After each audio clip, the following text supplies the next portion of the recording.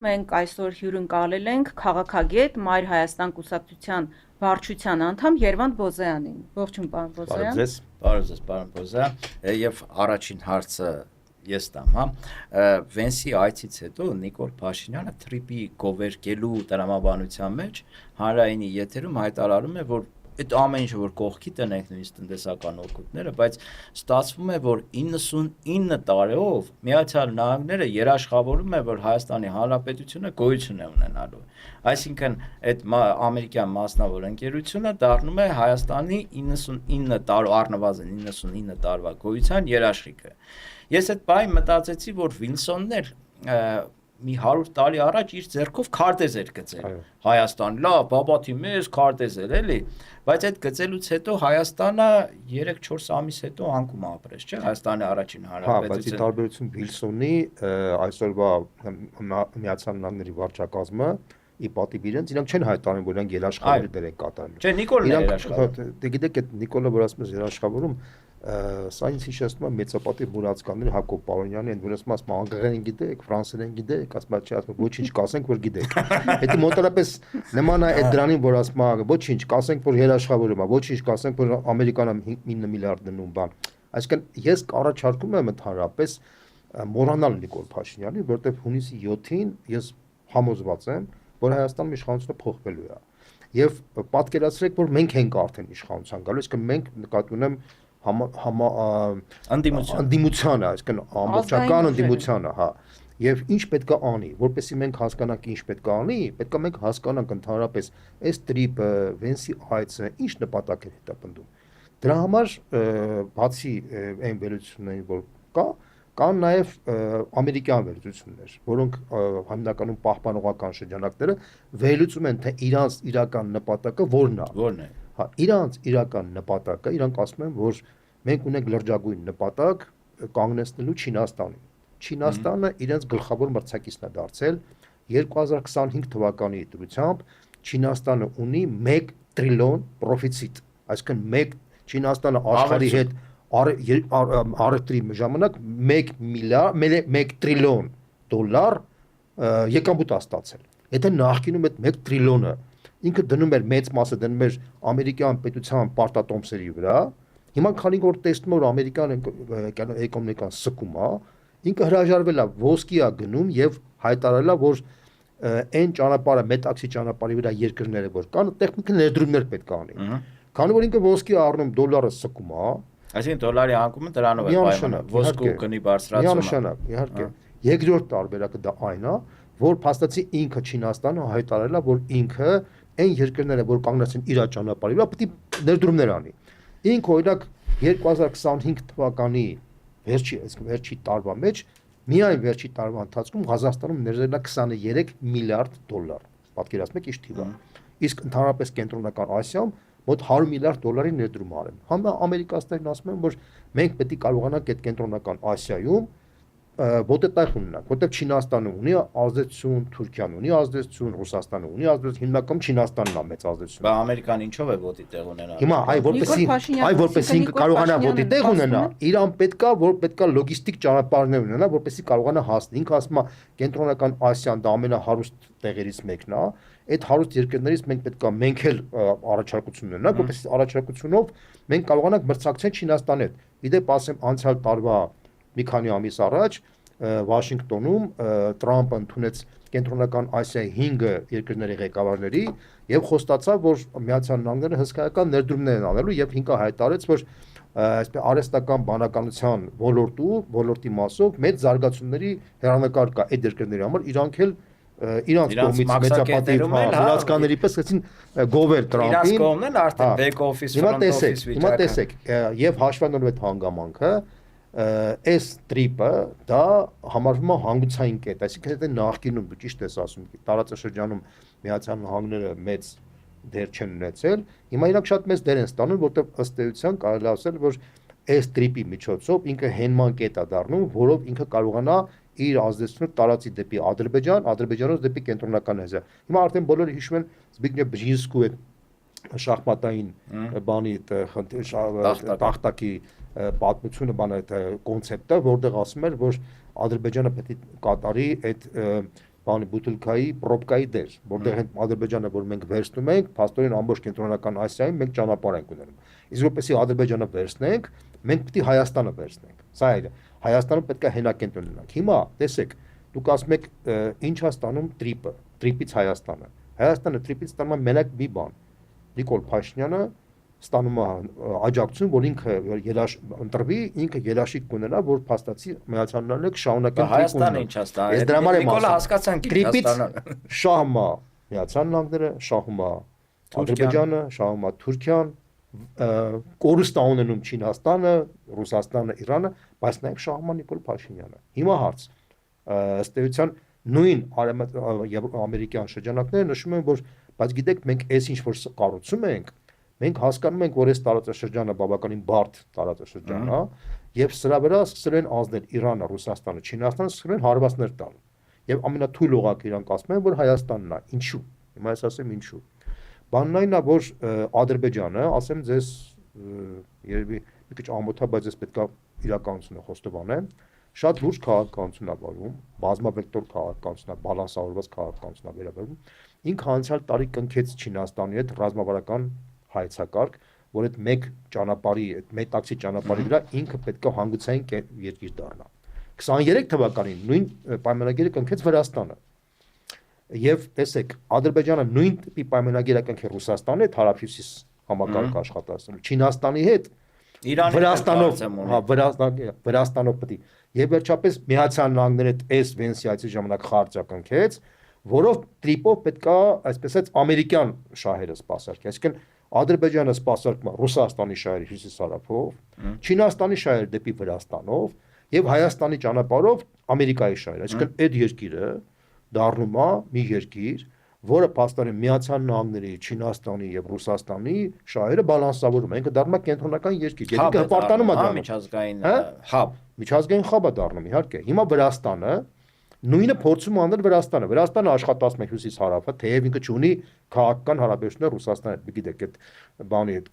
տարածքների պատճառով։ Բայց առևտրական հարաբերությունները Վրաստանում, ինչպես որ Ադրբեջանում, Չինաստանը բազմամիլիարդանոց ներդրումներ արել, Անակլա նավահանգիստը, թունելները, ճանապարհները, մոտավորապես 20 միլիարդ դոլարի ներդրման ծրագիր ունի, ոնց որ Ղազախստանում արեց այդ նույն բանը, եւ Վրաստանը փորձում է Ադրբեջանի ֆունկցիան կատարել, բայց քանի որ ստացվել է այնպես, որ Վրաստանը մինչև Իվանիշվիլի գալը այնտեղ երկիրը կառավարում էր վրացական Նիկոլ Փաշինյանը, գիտեք ում ազգանունի մասն է խոսքը։ Սաակաշվիլին։ Որի Չէ, բայց ճակատագրի շատ վախենում։ Երևան համաձայն չեմ, օրինակ Սաակաշվիլուն չի կարելի համեմատել Նիկոլ Փաշինյանի հետ, էլի։ Հիմա տարբեր նյուանսներ, բայց կերպարը նույնն է, ես ուրիշ բան եմ ասում։ Կերպարային բան չունեմ։ Քանի որ Սաակաշվիլին ինքը պատրաստ էր, որ երկիրը դարձել մանրադրամ, հիմա քանի որ Իվանիշվիլին եկել է, ասում է, ուզում եմ, որ երկիրը բալանսավորված քաղաքականություն տանեմ։ Հասկանալի պատճառներով Միացյալ Նահանգներին դա նյարդայնացնում է, Եվրոպական միությանը դա նյարդային։ Ասում է, ինչի՞ ես դու պետք է մեկ վեկտորով աշխատես, մենակ մեր վեկտորով։ Ինքը ասում է, ինչու Ադրբեջանին կարելի է, մեզ չի կարելի։ Մենք էլ ենք ուզում եւ Ռուսաստանի հետ նորմալ հարաբերություններ ունենալ, եւ ձեր հետ, եւ Չինաստանի հետ։ Մանավանդ որ Չինաստանն է հիմնական ներդրումները անում, ոչ թե դուք, այլ Չինաստանը, Վրաստանի առևտրային բալանսը տեսնելով Չինաստանը առողջի բաժին իրար ձեռնա։ Ոչ Միացյալ Նահանգները, ոչ Եվրոպայից դերը չեն կատարում։ Բայց պարոն Բազարյաններ, տեսեք, այստեղ Նիկոլ Փաշինյանն էլ ասում է խաղաղության խաչմերուկ։ Հիմա ինչու է տարբերում Վրաստանի ու Ադրբեջանի խաղաղության խաչմերուկներից։ Տեսեք, Ադրբեջանը ամենանորմալ հարաբերություն քաղաքականությունն է տանում 3-ի հետ հավասար բալանսավորված։ Վրաստանը փորձում է Ադրբեջանի ճանապարհով գնալ։ Ես համոզված եմ իրան հաջողվելու է վերջնահարցունքում։ Իրան ավելի դժվար է, որտեղ ինքը Ռուսաստանի հետ ունի խնդրեմ։ Ամերիկան ասում է, քանի որ դու առաջ եղել ես մանրադրամ, հիմա դու ուզում ես լուրջ երկիր դառնաս, չեմ ուզում ընդունեմ, բայց այս վերջի օլիմպիական խաղերի ժամանակ Իտալիայում Վենսը հանդիպել է Վրաստանի այսօրվա նախագահի հետ եւ հայտարարել է խոստովանելով, որ մենք հարգում ենք ձեր իշխանության խնդիրները, բաները, ավելին կարամ ասեմ, որ գլոբալիստները կոնգրեսում մեգովարի պրոյեկտ կար մի հատ, հակավրացական ուզում էին անցկացնեն, Տրամպը սարեցրել է այդ խնդիրը եւ փորձում է վրացիների հետ որոշակի տորգանի անակլան ուզում է վերցնի։ Վրացիները մերժում են եւ այս վիճակը իրանք վրացիները վերջում հասնել փորձելու են հասնել այն դերին, ինչ որ կատարում է Ադրբեջանը։ Հիմա Հայաստանի մասին։ Այսինքն շահում են բոլորը բացի Հայաստանից։ Հայաստանում փաստացի կարելի ասել, որ հաշվանել է, որ մի մարդ ղեկավարում է, որը ինքը բացառապես իր ընտանիքի շահերով ազգաբնիկ Հայաստանի շահեր հասկացողություն իր համար չկա, բայց դա նորություն չի, գաղտնիք չի։ այդ մարդը իր բոլոր բանակցային process-ները վարել է մի հարցով, ոնց անի որ իր իշխանությունը պահպանի։ Ես ուղղակի ասում եմ որ դուք տեսեք օրինակ համատենք Իվանիշվիլին, որը 7 միլիարդանոց գործիչ էր, իրան խոսք էին տալիս որ քո միլիարդները կկրնակապատենք, մենակ թե դու մեր գիծը վերցրու, ինքը մերժեց, այսինքն իր անվտանգությունը, միլիարդները զոհաբերեց հանուր սեփական պետականության։ Եվ ինքը պահեց դա մեծ արժանիքի խնդիր է, այդ մարդուն արդեն հարգում են, համոզված են բոլորը։ Այս մարդը իր փոքր հալով ամբողջ երկիրը դրել է կոնի վրա, փաստորեն զոհասեղանի վրա է դրած։ Ինքը փաստացի հակաչինական, հակաիրանական եւ հակառուսական նախագիծի հենք հազում դառնա։ Մենակ այն բանի պատճառ, մենակ այն բանի համար որ Իրան օգնեն Թուրքիան, Ադրբեջանը եւ Միացյալ Նահանգները, որ ինքը կարողանա վերարտել։ Պարզի որ դրանից հետո Իրան կասեն, որ ինքը լավն է, ինքն մեծապատի Մուրասկանի պես կսկսի քծնել, բնակչության զբաղվել։ Դուք քննադատում եք, բայց իրենք այնպիսի իրավիճակ են ստեղծել հատկապես իրենց հավատացողների շուրջ, ով իրենց քննադատում է, ասում է այ պատերազմի կուսակցությունը։ Հիմա ասեմ։ Այ Երվանդ Բոզյանը, որ այսպես խոս պատերազմ է ուզում։ Ուրեմն տեսեք, այս վիճակից դուրս գալու երկու ձև կա։ Մեկը հակադրվել է process-ներին, հակադրվել է ամեն ինչին, ասել ոչ մենք մերժում ենք բան, դա իսկապես վտանգավոր ճանապարհ է։ Հա դե չեն կարող թե ասել թրիպը էլ չկա, դա կարող է դեռ իսկապես պատերազմի, որովհետև այս, գիտեք ինչ, մի բան ասեմ, քաղաքականության մեջ մի հատ process կա, որտեղ կա անվերադարձ process կարա լինի, բայց այս վիճակից դուրս գալու մի ճանապարհ կա, որ մենք գնանք այն ճանապարհով, որը փորձում է գնալ Վրաստանը եւ որը արդեն գնացել է Ադրբեջանը։ Հիմա տեսեք, որն է այդ ճանապարհը։ Ճանապարհը հետևյալն է. տրիպից շահում է Ադրբեջանը, շահում է իդեպ ասեմ Միացյալ Նահանգները տրիպի հիման վրա արդեն ակտիվ բանակցում են Ադրբեջանի հետ, այսինքն Ադրբեջանին ասում եք գիտես, քանի որ սահմանակից երկիր, որտեղ բոլորս էլ հասկանում ենք, որ այդ տարածքը արդեն Միացյալ Նահանգներին է պատկանում։ Դա իմ կարծիքով գաղտնի չի ասել 99 տարով։ Նույնիսկ եմ կրկնում, բայց բոլորը գիտեն 99 տարով թե 190 տարով, այդպես սա հասկացել են, որ այդ տարածքը արդեն Միացյալ Նահանգներինն է, որոշակի իրավունքներով մեր կողմից։ Սա փաստ է։ Ստեղ ինչ ուզում ես ձևակերպի, ինչ ուզում ես, ինչ ուզում ես տոնածառ դիալնա, բայց դա իրականությունն է։ Հիմա արդեն Միացյալ Նահանգները, որպես սահմանակից երկիր, բանակցում են Ադրբեջանի հետ, եւ իրանք այդ տորգը անում են հաշվանալով այդ տրիպը։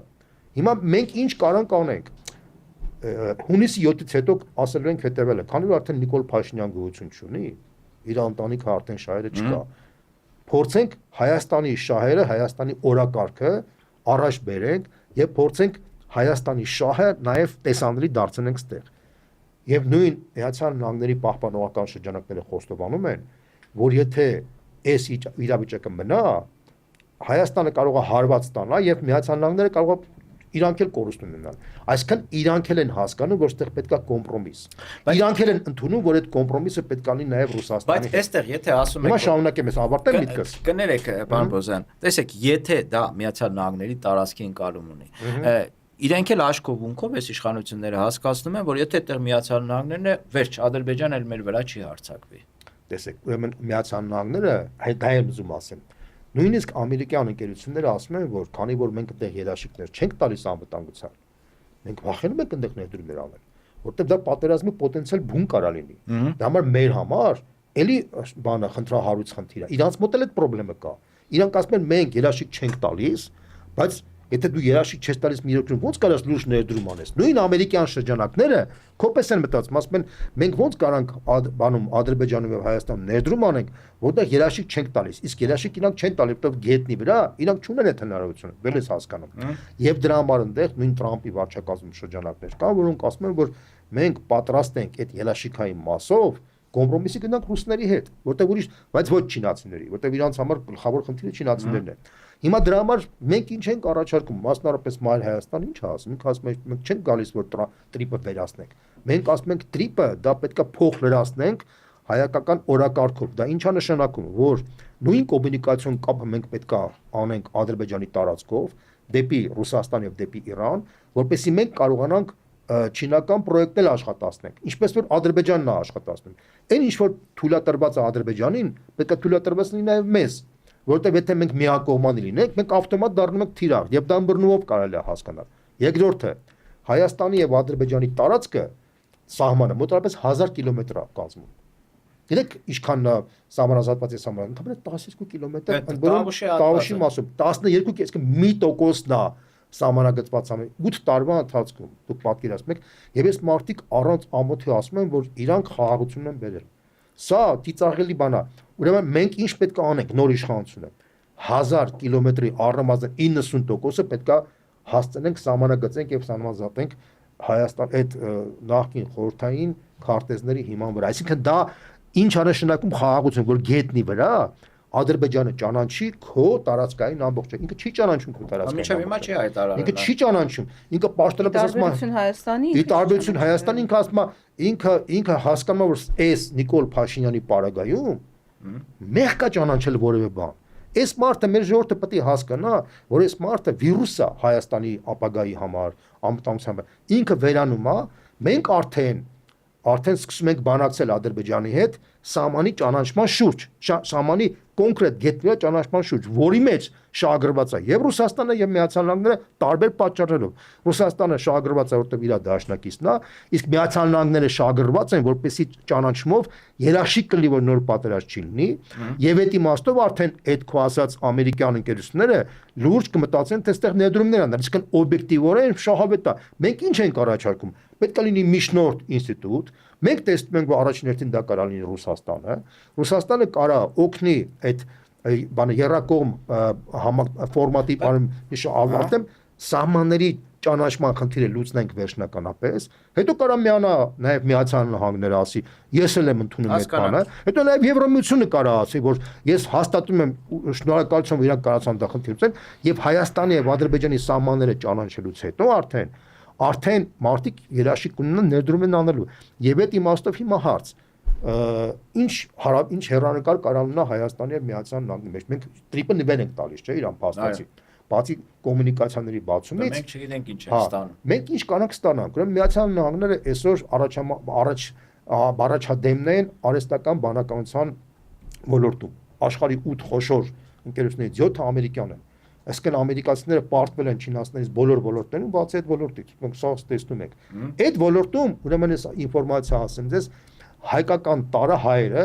շատ ակտիվ ներգրավված են օբյեկտիվ պատճառներով։ Միացյալ Նահանգներում հայկական ինժեներական միտքը շատ ուժեղ զարգացել է այդ ոլորտում։ Մենք շատ հայեր կան, որոնք աշխատում են այդ համակարգում։ Դա մեր հայերին հիմա տեսեք, ես ասեմ, ինչ եմ ուզում ասեմ, որ ստեղ մենք ունենք զարգացման հարաբերությունների մեծ հսկայական պոտենցիալ, որ կարողանանք իսկապես արհեստական բանականության այդ ոլորտը հայ-ամերիկյան այդ բանով զարգացնել Հայաստանում եւ Հայաստանը տրամպլին սարքել նաև ԵԱՏՄ երկրների վրա, այլ երկրների վրա, որ մենք կարողանանք այդտեղ լուրջ ֆունդամենտալ դեր կատարել, բայց դա առանց երաշխիքային համակարգի, առանց անվտանգային համակարգի ներդրման, առանց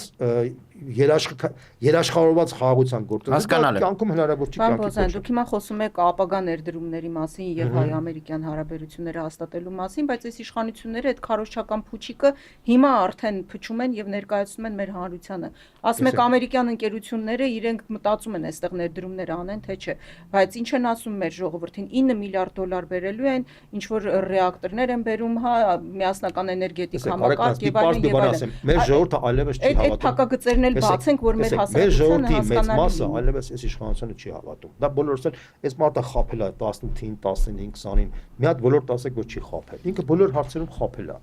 Այլ խնդիրը որ մարդիկ ուզում են այլընտրանք տեսնել։ Իսկ այլընտրանքը հետեւյալն է։ Մենք Հայաստանը պետքա ոչ թե մանդրադրամ դարձնենք մի տերության համար մեծ տերության դեմ, ասենք հակաչինական կամ հակառուսական դաշտ ծագել, այլ ճիշտ հակառակը մեր երկիրը պետքա համադրելի դաշտ ծագենք, համադրենք բոլորի շահերը Ռուսաստանի, Չինաստանի, Ռուսաստանի եւ դա ես տեսնում եմ հնարավոր է։ Օրինակ եմ ասում, ատոմակայանի վերաբերյալ բոլորի համար պարզ է, որ այդ մեր 440 կիլովատանոց ատոմակայան լավագույնը սարքում է Ռուսաստանը։ Դա Ռոսատոմը դա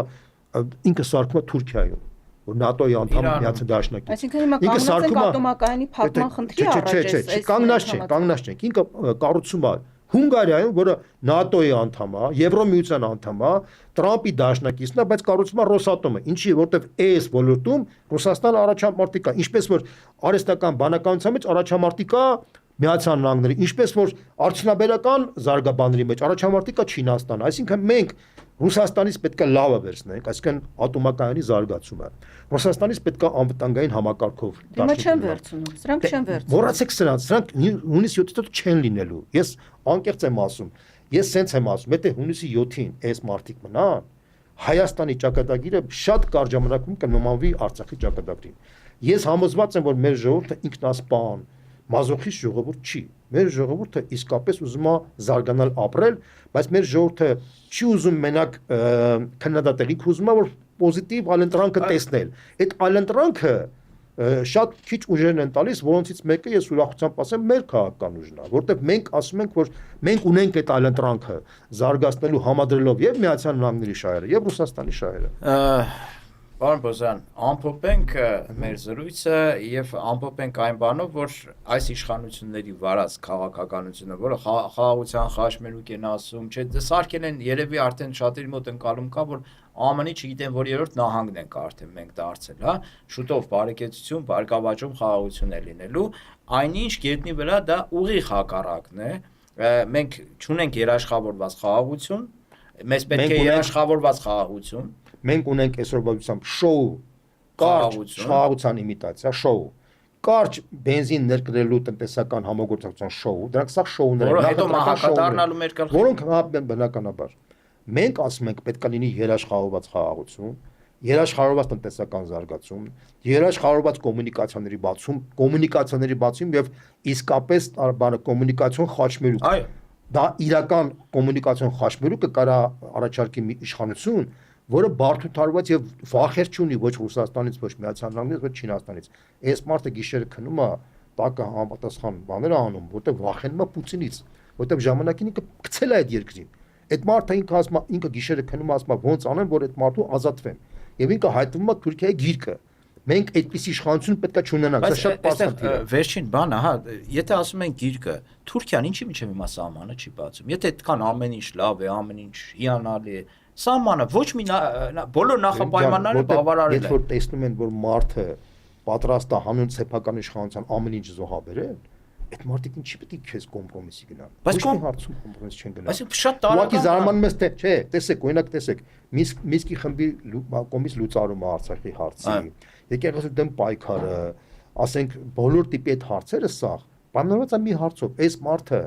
նույնիսկ այդ բանին այդ բանտերից ազատել է, չէ, Բաքվից բան։ Այս մարդը բացի իր անձնական իշխանության փրկությունից ոչ մի բանի մասին չի մտածում, սա է հարցը։ Շնորհակալություն։ Շնորհակալություն, պարոն Բոզյան, իսկ մեր դիտողներին հայտնենք, որ այսպիսի մի տեղեկատվական շոու փուչիկ հարգելի քաղաքացիներ ձեզ սպասվելու է նաև մայիսի 4-ին, իդեպ մայիսի 4-ը սրանք հռչակել են, հայտարարել են ոչ աշխատանքային, որովհետև Եվրոպական գագաթնաժողովի շրջանակներում մոտ 50 պատվիրակից բաղկացած պատվիրակություն է Հայաստան ժամանելու ու դրա համար մայիսի 4-ը հայտարարել են ոչ աշխատանքային, միակ դրական լուրը երևի մեր քաղաքացիների համար դա է, բայց սիրելի քաղաքացիներ շատ չուրախանաք, որովհետև դրա փոխարեն ապրիլի 18-ն է լինելու աշխատանքային։ Դա էլ քաղաքացի որը կլինի։ Այնպես որ շարունակեք հետևել Մահակ TV-ի, Մահակ podcast-ի մեր եթերներին, բաժանորդագրվեք, լայքեք, կոմենտեք, տարածեք, կոմենտեք մեր Facebook-յան էջին, YouTube-յան էջին, մեր ձեր կարծիքը մեզ համար շատ կարևոր է, միացեք, որ փոխենք։ Միացեք, որ փոխենք, այսքանը։